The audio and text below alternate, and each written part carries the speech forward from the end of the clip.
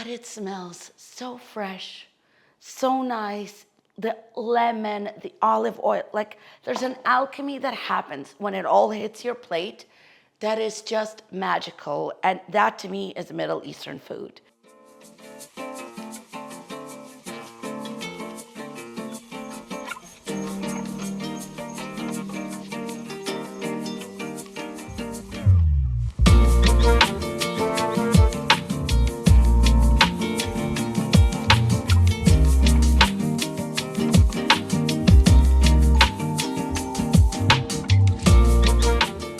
Hi guys, and welcome to Around the World with Ksenia's Table. My name is Ksenia Prince, and I'm a food blogger and food photographer based in Montreal. But it took me a while to get here, and you're gonna learn all about it. On this series, we're going to explore dishes from all around the world, places that I visited, that I've lived in, or that are near and dear to my heart for various reasons. Today, we're gonna start with a place where I lived in for almost my entire childhood and most of my life, Israel. And we're gonna make 3 dishes. We're gonna start with green shakshuka, which is a version of shakshuka that not everybody knows. We're gonna move on to Israeli salad, which is a version of chopped Arabic salad. There's plenty of them around the world. And then the third thing we're going to make is limonana. Limonana is mint lemonade, and I grew up having it on the streets of Beersheba. And you're gonna see exactly why I love it so much. So I'm gonna tell you all the things while we're cooking. Let's not mince words and get started with our green shakshuka. So to make green shakshuka, you're gonna need about 6 cups of various greens. So here we have some kale. If you're not familiar with kale, it's this really bitter, a little bitter leafy green. In order to make kale for shakshuka, all you wanna do is just rip some leaves off. It doesn't have to be super fine. It's really just about getting the leaves off the stem. You don't want your stem in shakshuka. There are other ways that you can eat kale stems. I like them in soup, but for shakshuka, it's too hard. So don't use it, throw it out. So we're gonna get our kale greens. We're gonna have our spinach. So you can do baby spinach, you can do regular spinach. It's all good.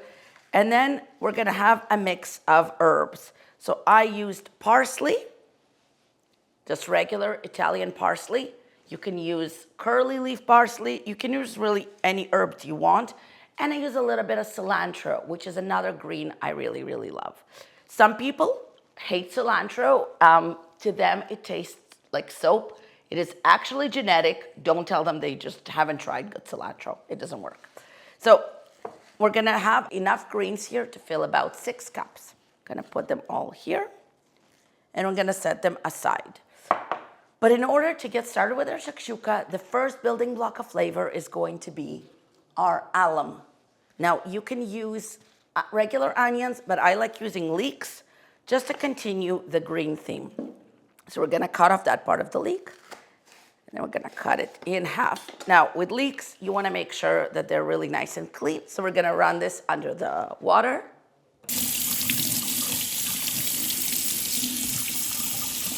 Once we ran our leeks under the water, we're just gonna dice them finely.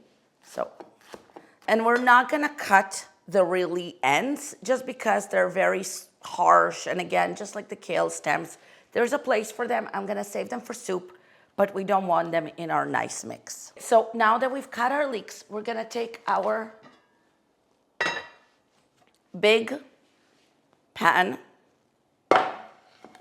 Okay, we're gonna add a little bit of oil to it.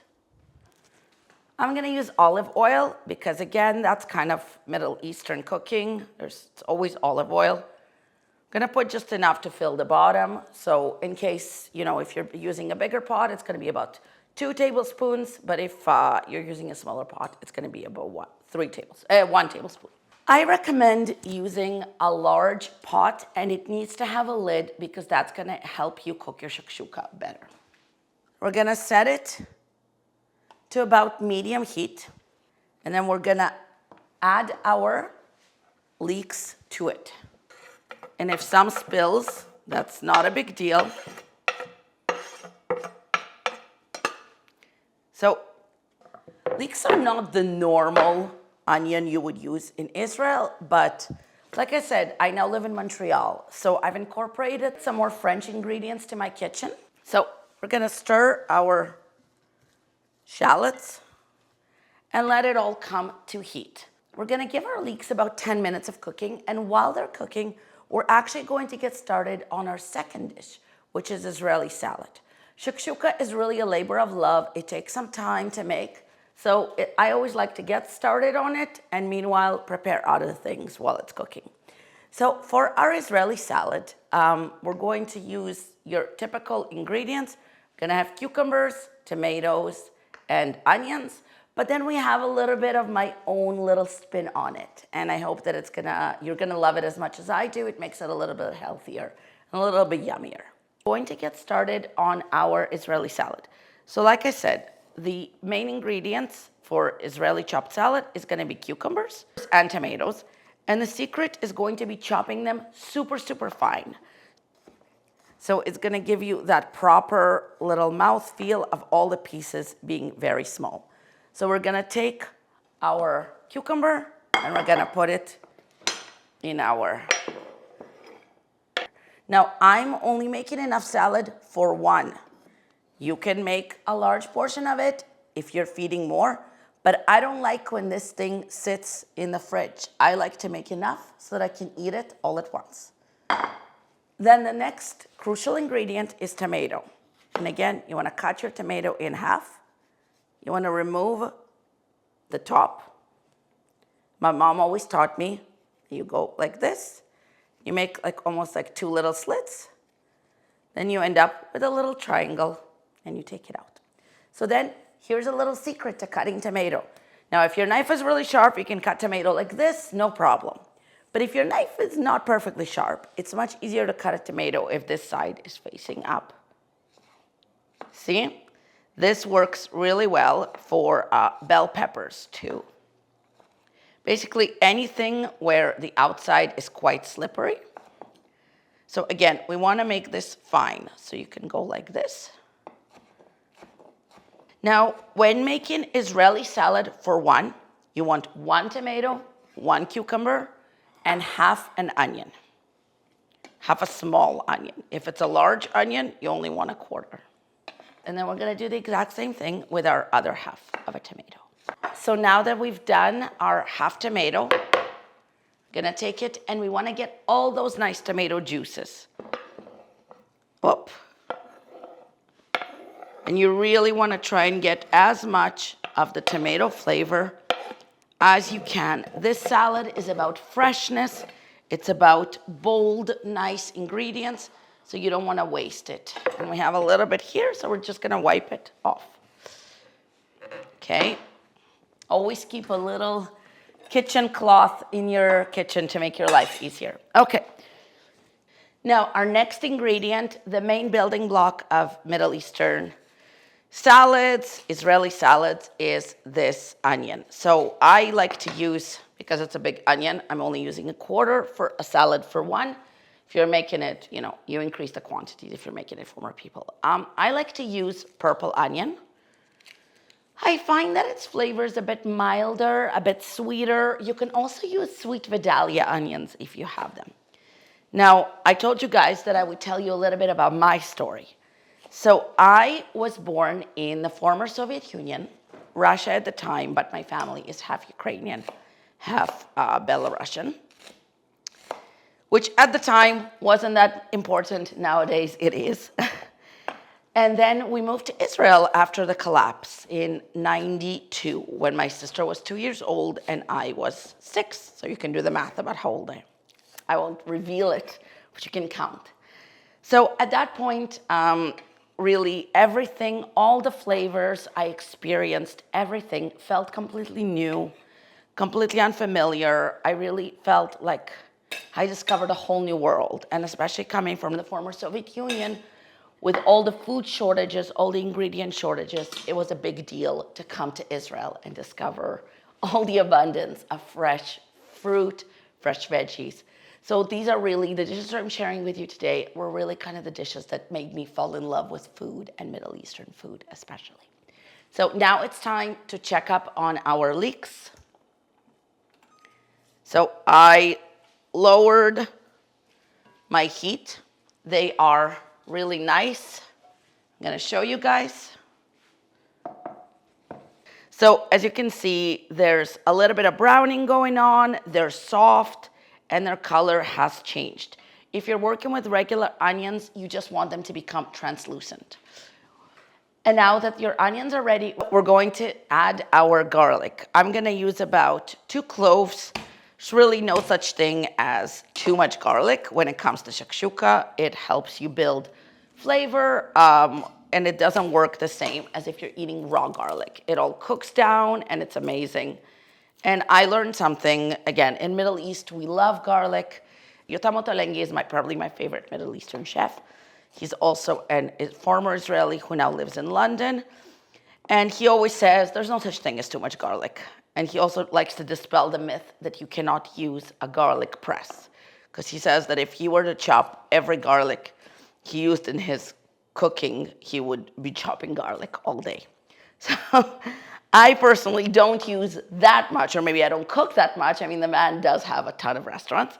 So I'm just gonna use a little bit of garlic and I'm going to add it to my leeks. We're gonna mix it in and we're gonna give it about another minute. Now, once the garlic has cooked for about a minute, we're going to take our greens and add them back to it. Now, if you forgot, the principle of green shakshuka, so let's say you were making regular shakshuka, at this point, you would be adding tomatoes. Tomatoes, sometimes bell peppers, hot peppers, things like that. But we're going to be adding our greens because that is the sauce in a green shakshuka. It's full of green flavor, green herbs, like that lively sense. The reason we all like green juice, we just feel virtuous eating it. So let's say we're virtuous. Now, gdzie jalapeno? I'm looking for my jalapeno because I realized that I forgot to add heat and we can't have that. Now, I happen to love heat. I know I am former Soviet household and nobody in my family ever ate spicy, but I just love it. But I married a Colombian man, and Colombians, contrary to what you may think, Colombians don't like heat at all. That's a Central America thing. Latin America doesn't usually go for heat, except Peru. So I have to remove all the seeds from my lovely jalapeno pepper. In Israel, we would call something called shivka, which is like a green pepper, usually closer to banana. So, but here I've learned to like jalapeno in this. So again, I'm gonna add a little bit, and I'm only adding about half a jalapeno with the membrane and seeds removed. Yeah. Now, while that's been cooking, so the garlic cooked for about a minute, we added the jalapeno. That's all been cooking for about a minute, and at that point, we're going to add our greens. So again, if you forgot, I'm using kale, I'm using spinach, I'm using cilantro and parsley, but you can use any herbs you like. I'm gonna give this all one rough chop.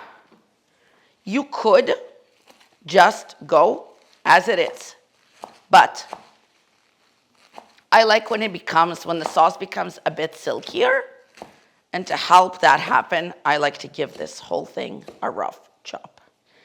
Now, I also sometimes, if I have dill, I like to add dill here, which is not super entirely Middle Eastern, but again, that's a little trick I learned from Yotam Ottolenghi, and I personally love the flavor that dill adds here, but you don't have to. So now that we've given this a rough chop, we're going to take this and add it to our pan.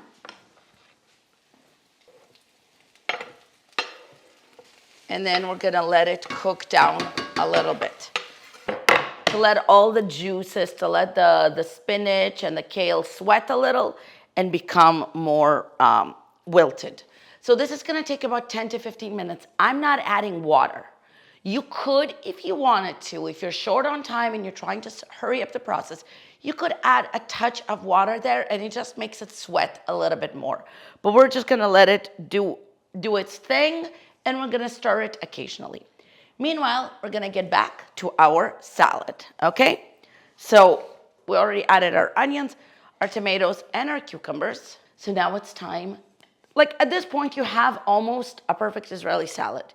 You don't need to do much. You can just add lemon, salt, olive oil, and you're good to go. But I like to add some herbs and some seeds and spices to really give it a bit more nuance and flavor.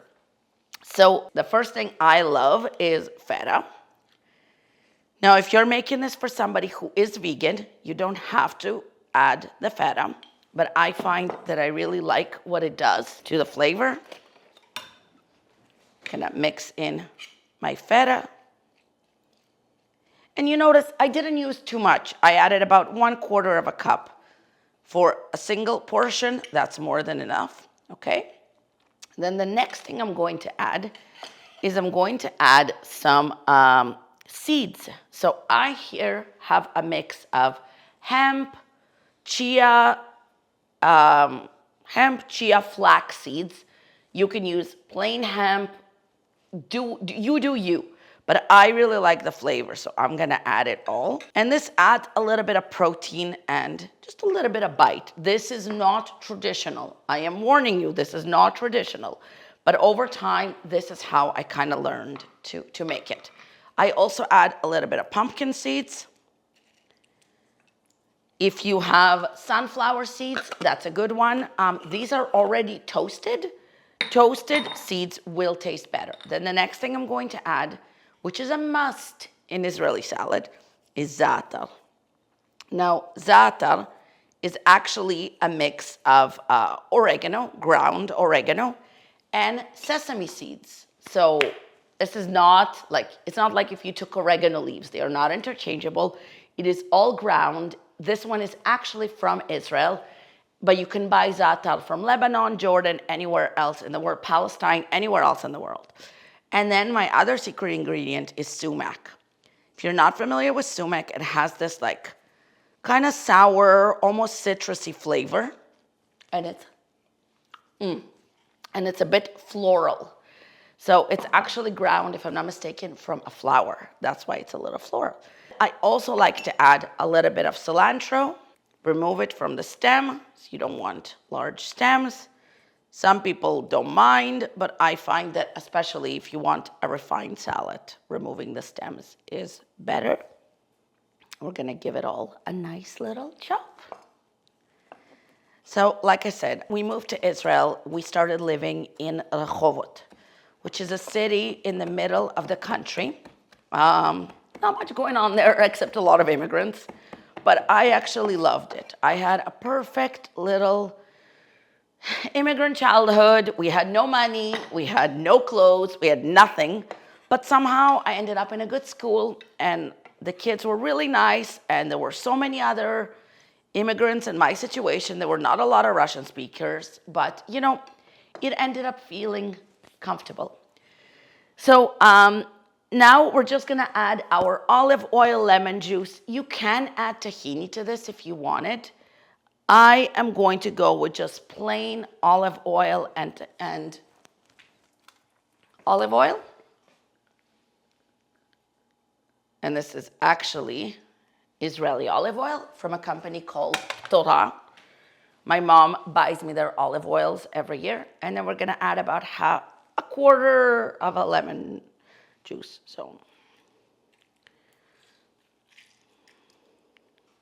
And then this is just to catch the seeds. So like I said, I'm doing about a quarter, so I'm not stressing out too much. And that's it. Then it's gonna be a little bit of pepper.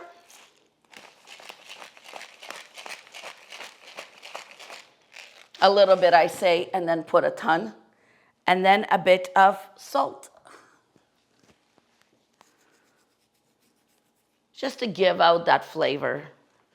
And guys, I know you can't smell it. I know you're at home. But it smells so fresh, so nice. The lemon, the olive oil, like there's an alchemy that happens when it all hits your plate that is just magical. And that to me is Middle Eastern food. Now you can give it a nice stir at this point.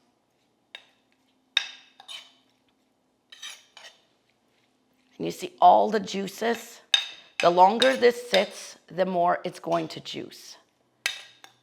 So we're gonna set it aside, and it's gonna wait for our shakshuka.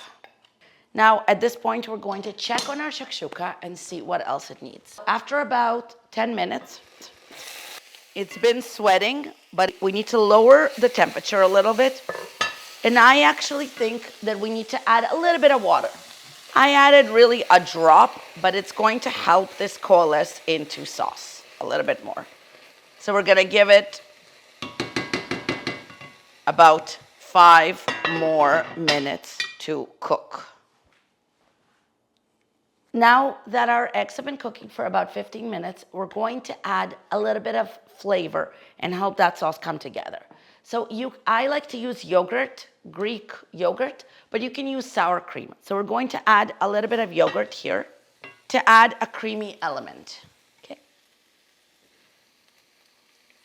So again, you can use any sour, low fat, regular fat sour cream. I tend to think that regular fat is better because it has more flavor and less additives. But this is just Greek yogurt, and as you can see, the texture is fantastic. So there's really not a lot else you can do. And then you just add, and then you just mix it up with the kale. And you have this nice little sauce. Okay, now we're going to add a bit more flavor. So I like to add a little bit of nutmeg. The nutmeg goes really well with the creaminess. So I will show you guys. So now the nutmeg gets added in. Oop, not the whole thing. I like to grate nutmeg.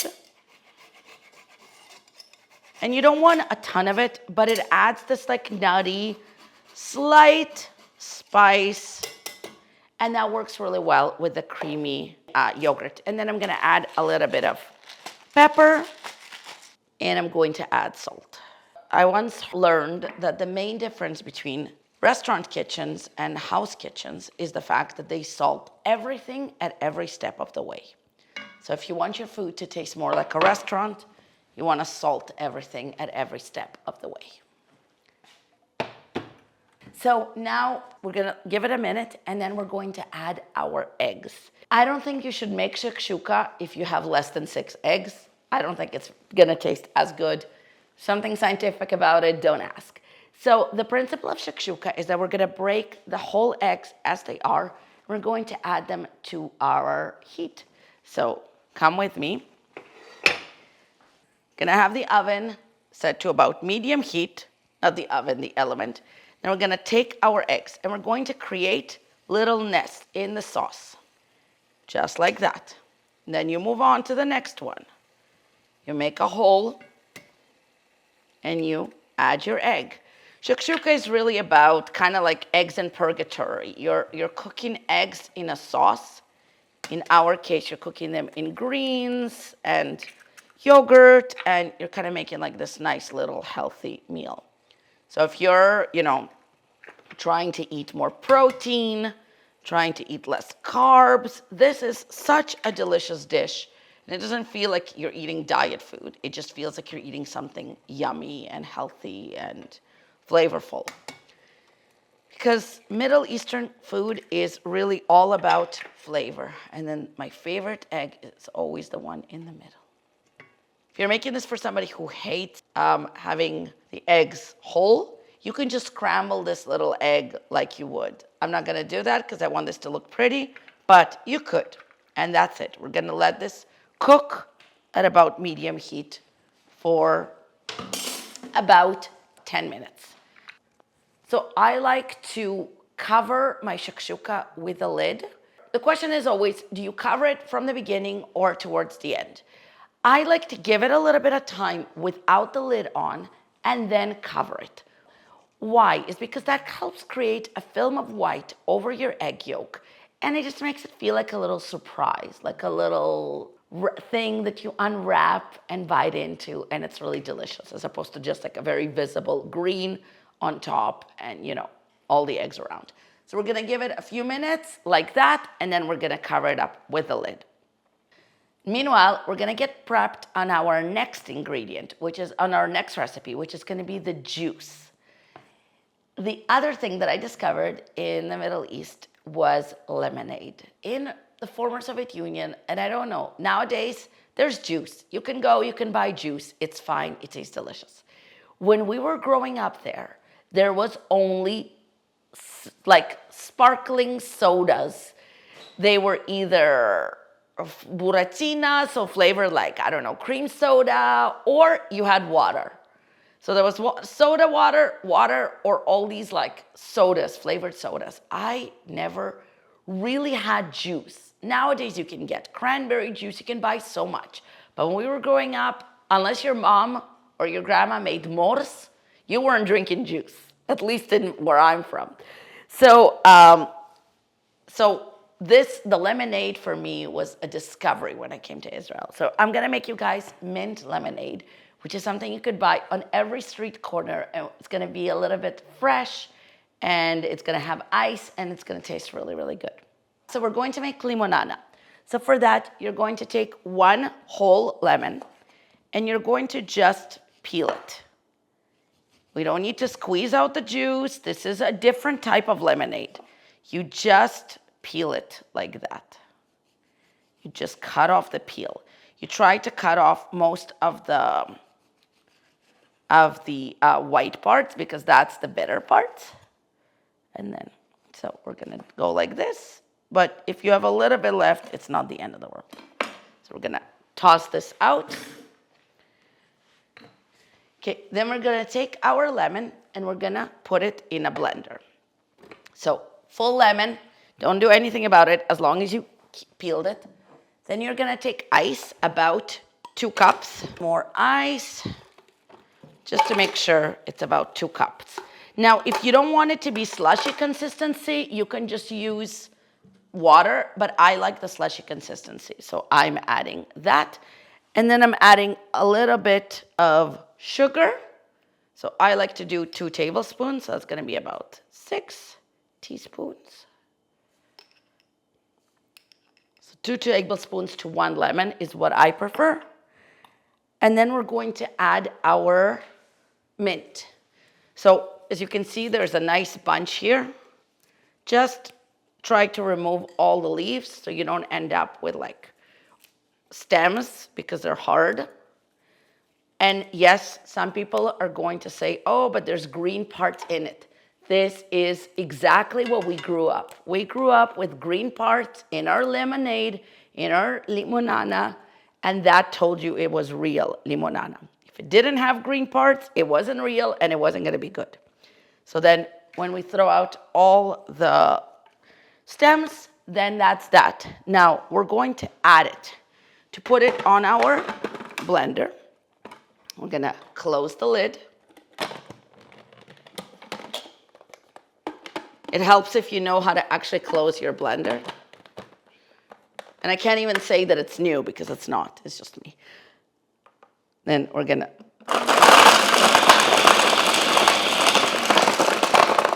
blend it a tiny bit, and then we're gonna add a bit of water. We're actually gonna add the water through our. So I add about half a cup, and I don't add it all at once.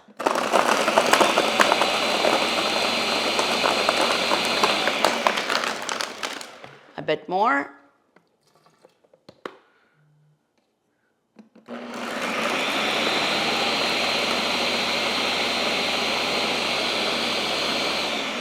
And then when we see the majority of the ice has been blended, then I'm gonna add what's left of our water. Like I said, about half a cup, no more.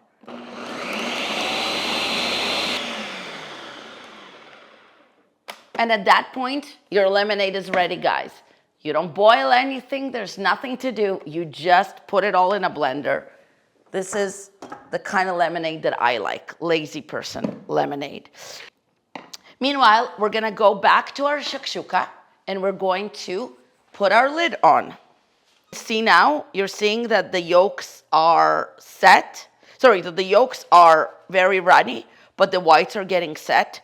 That's the moment you want to put the lid on. It's going to ruin it. It won't look like super pretty with those yolks in the middle, but that's okay because when you cut into that egg, it's gonna be runny and beautiful. So we're gonna put the lid on for about 5 minutes. After those 5 minutes are done, we're gonna add our cheese and plate it. Meanwhile, we're gonna pour our lemonade. So, you see the slushy consistency? That's what we want. So we're gonna make about 2 glasses worth of lemonade. And as you can see, it's this beautiful slush. Actually, let's do 1 glass. Apparently, we only have enough for 1 glass. So I told you, everything here is about spoiling yourself today. So the lemonade is just for you. It's like I planned it, just like that. I like for presentation a straw, and I like to put a little bit of mint in it. It's not mandatory, but it looks nice. And might as well add a little lemon. Listen, guys, we eat with our eyes first, so make it pretty for yourself. It's honestly the taste of my childhood. I love this. It's sour and sweet and minty and herbaceous, and it just tastes like the best ice cream ever. So I highly recommend that you make this, and it's delicious. And you can see there's like, if it separates, you just stir it up and enjoy it. Yummo. I'm gonna let that stand here for a bit while I'm gonna go check on my shakshuka. So we're gonna check on our shakshuka. We're gonna raise the lid. You can see that there's the whites are starting to set, but there's still quite a bit of jiggle, and I want this to be less jiggly. So we're gonna cover it up and give it just a couple more minutes. Meanwhile, I'm just gonna drink my lemonade. So good. Okay, let's go check on our shakshuka. It should be done now. Ooh, the big reveal. So what you're seeing is that the yolks have set a little bit. They're still gonna be runny inside. The whites have set. You can see the yolks are still gonna be runny inside somewhat. So we're gonna turn it off and we're going to add our cheeses. So I'm dealing, and we're going to add our cheeses. So I'm dealing with feta here and goat cheese. So we're just gonna spread it out. We're gonna turn off our oven. So it doesn't matter anymore. I like a lot of cheese here.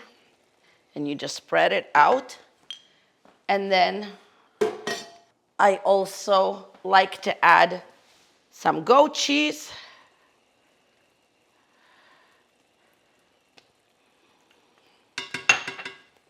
With goat cheese, you do have to get in with your hands a little bit. So you can separate that. Whoop. Don't just throw goat cheese on your kitchen, on your oven. Great. And then I like to add some herbs for presentation. And I just rip them up. So I'm adding cilantro, which is my favorite. But if you're making this for, people that you don't know if they're gonna like cilantro or not, you may wanna abstain from that. So now we're going to bring our shakshuka to us. And look how gorgeous this is. Just look at this. Now comes the smell. Smell the cheese, the eggs, the greens, and then we're gonna put some pepper. It's crucial. And we're gonna add a nice drizzle of olive oil because again, this is Middle Eastern food. It wouldn't taste good if you didn't add olive oil. We're gonna get a nice big spoon. We're gonna get a plate. We're gonna get in here and we're gonna take and lift our egg. I'm gonna add a bit more pepper if you like that. You don't have to. Always a bit more olive oil. We're gonna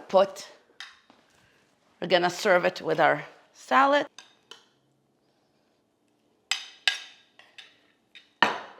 And we're gonna give you guys a glass. And that's it. That's your Israeli Middle Eastern breakfast.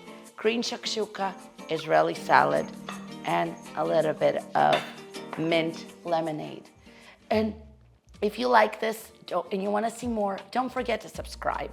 Leave in the comments below what kind of episodes, what kind of dishes do you want to see? What kind of countries do you want to go to next? I will spoof it that the next episode is going to be about Soviet food, the food that my parents cooked at home, because while this was the food that made me fall in love with cooking, this wasn't the food that I necessarily grew up eating. So next episode, you're gonna learn all about the food that I grew up with. Thank you guys, and don't forget to subscribe and hit that like button. See you next time.